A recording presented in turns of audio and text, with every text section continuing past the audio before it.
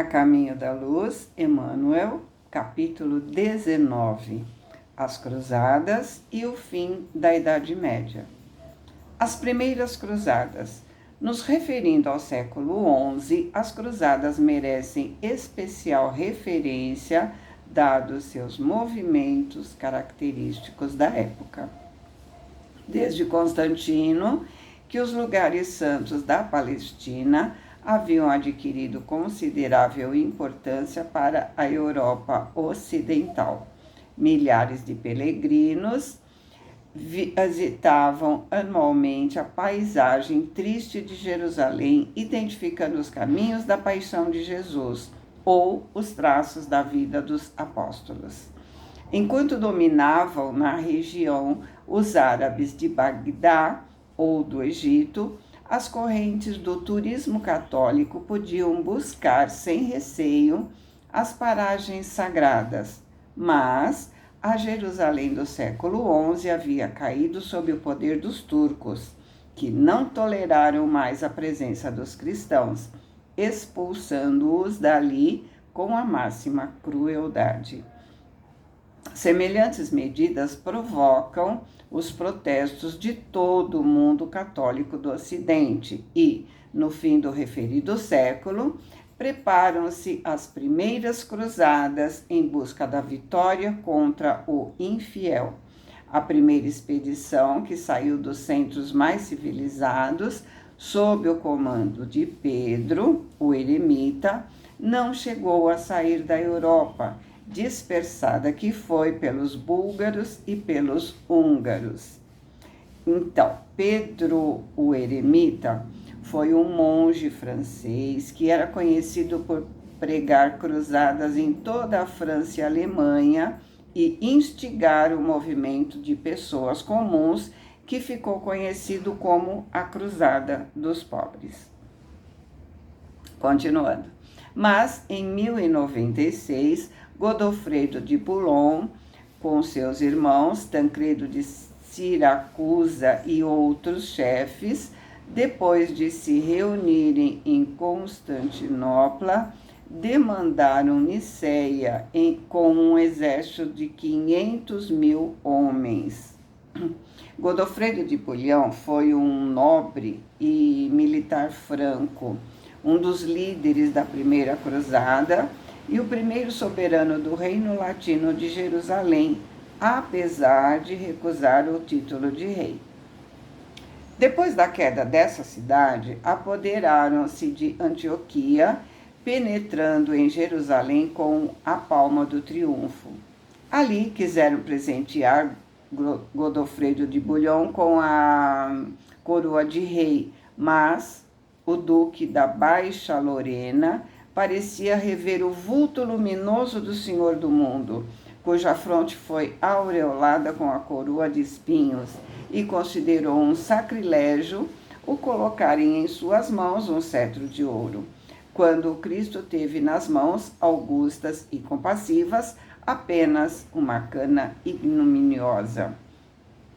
Depois de muita relutância, aceitou apenas o título de defensor do Santo Sepulcro, organizando-se logo em seguida as ordens religiosas de caráter exclusivamente militar, como as dos templários e dos hospitaleiros. A ordem dos templários a gente já viu, e a ordem dos hospitaleiros eram os cavaleiros da Ordem de Malta.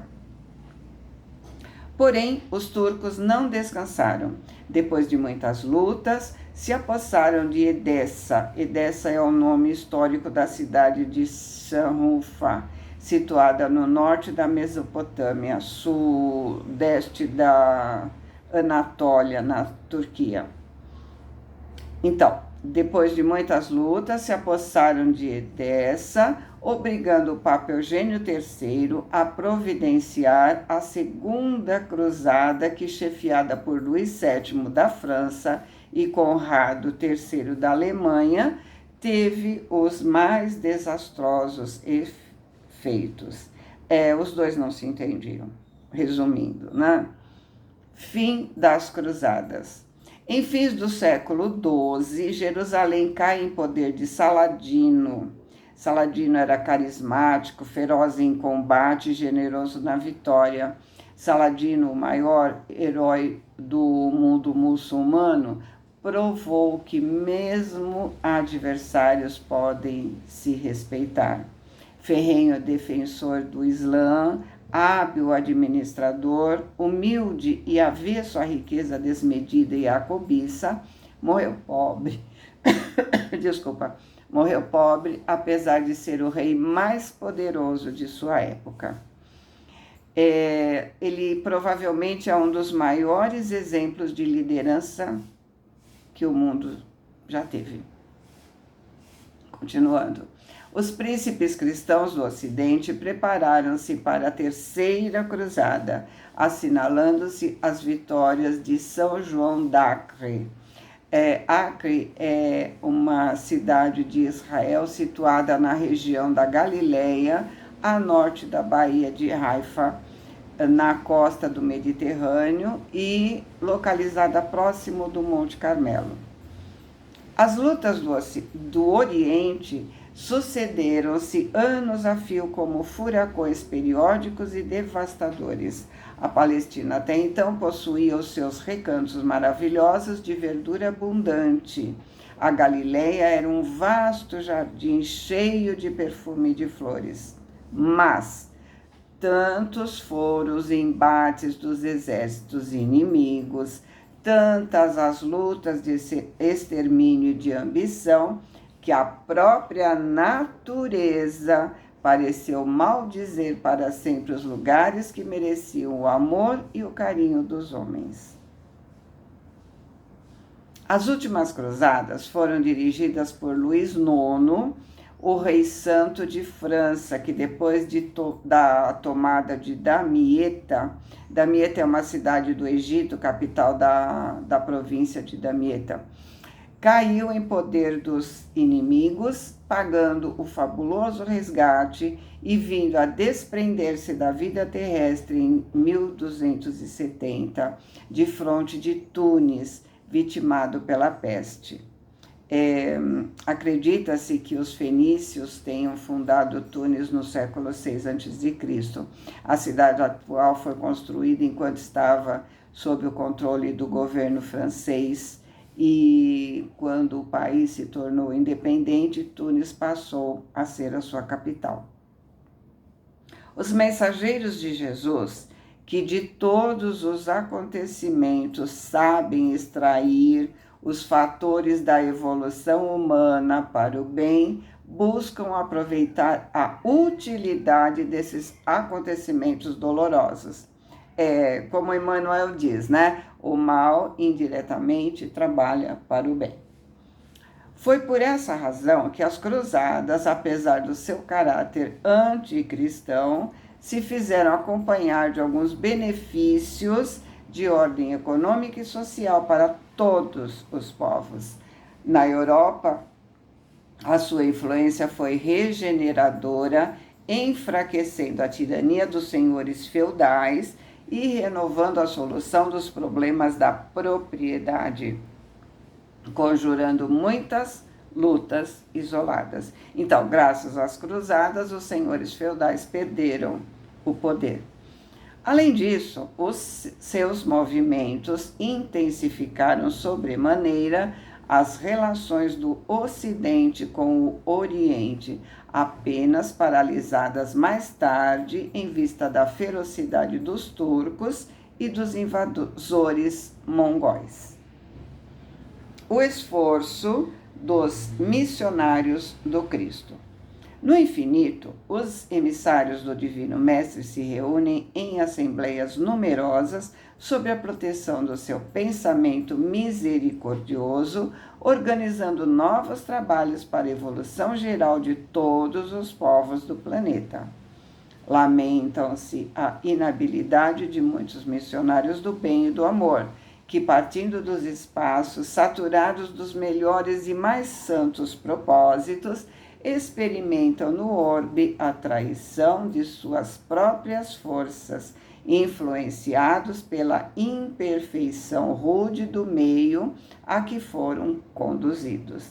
Então, com o esquecimento do passado e a influência do meio, nossos sentimentos afloram.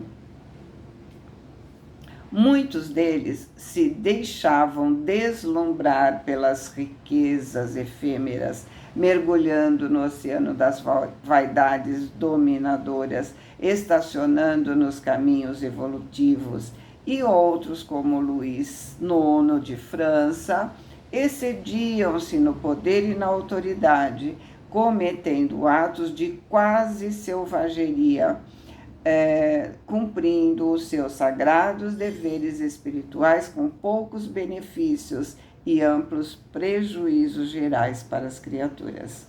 Mas, levadas pela lei do amor que regem o universo, essas entidades compassivas jamais negaram do alto o seu desvelado auxílio em favor do progresso dos povos, procurando aperfeiçoar as almas e guiando missionários do Cristo através dos mais espinhosos caminhos. Pobreza intelectual. No século XIII, estava definitivamente solicitado o governo real, desaparecendo as mais fortes expressões do feudalismo. Cada região europeia tratava de concatenar, de ligar todos os elementos precisos à organização de sua unidade política. Mas a verdade é que os meios escassos de instrução não permitiam uma existência intelectual mais avançada. Então, infelizmente, essa forma de domínio é muito eficiente.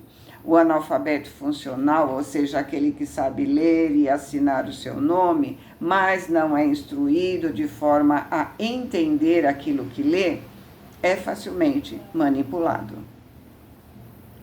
Os estados que se levantavam organizavam as suas construções à sombra da igreja, que tinha interesse em não dilatar os domínios da educação individual, receosa de interpretações que não fossem propriamente suas. Os pergaminhos custavam verdadeiras fortunas e o livro era dificilmente encontrado. Até o século XII, as escolas estavam circunscritas ao ambiente dos mosteiros, onde muitos padres se ocupavam de avivar a letra dos manuscritos mais antigos, produzindo outros para a posteridade. O que ele está dizendo? A função dos monges era copiar os ensinamentos, porque os livros iam se deteriorando. Desculpa. E se não fossem copiados, iam se perder. Eles contratavam copistas, que eram pessoas analfabetas, mas que desenhavam bem e, portanto, copiavam com perfeição sem saber o que estavam copiando.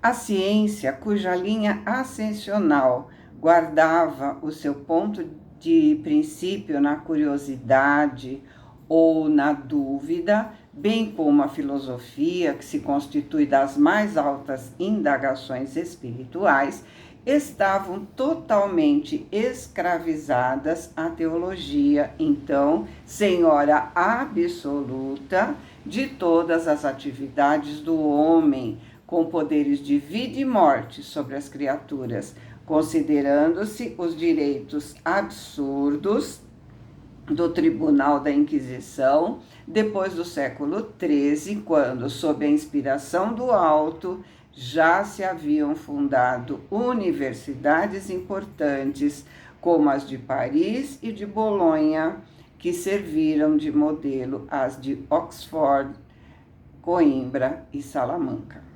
Então, o poder estava nas mãos da igreja e o plano espiritual, respeitando o livre-arbítrio, inspirou a ideia de fundar universidades. Renascimento. Nesse tempo, opera-se um verdadeiro renascimento na vida intelectual dos povos mais evoluídos do mundo europeu.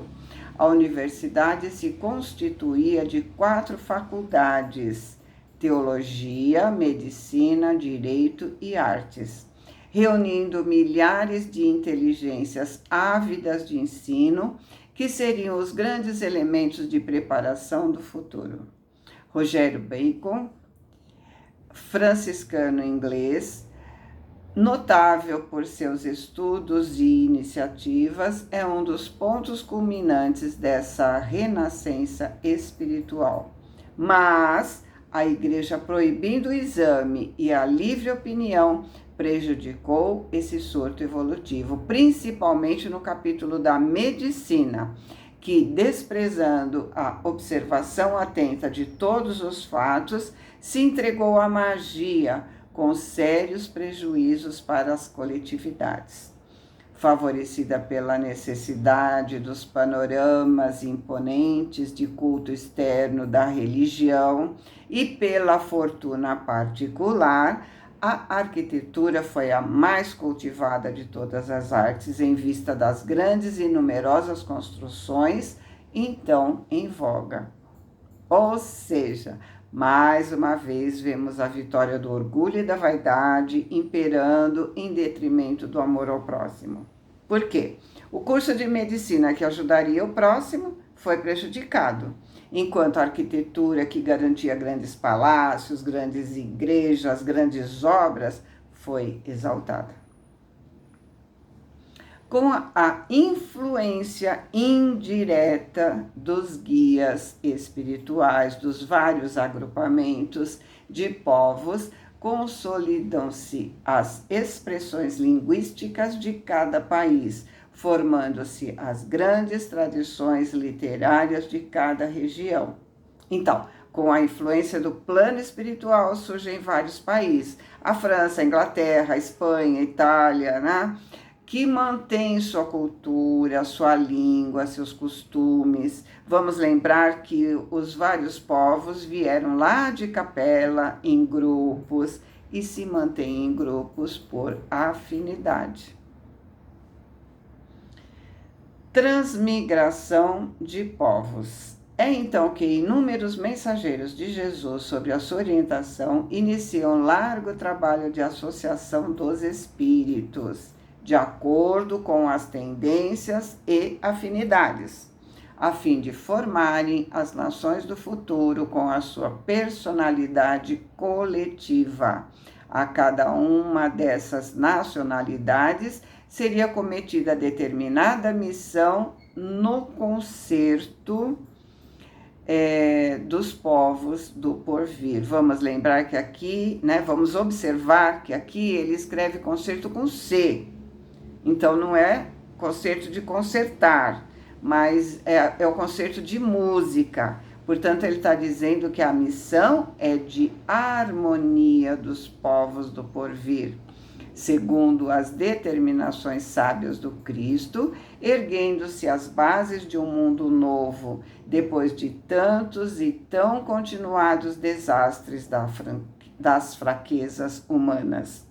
Constrói-se os alicerces dos grandes países como a Inglaterra, que em 1258 organiza os Estatutos de Oxford, limitando os poderes de Henrique III, e em 1265 constrói a Câmara dos Comuns, onde a burguesia e as classes menos favorecidas têm a palavra com a Câmara dos Lordes.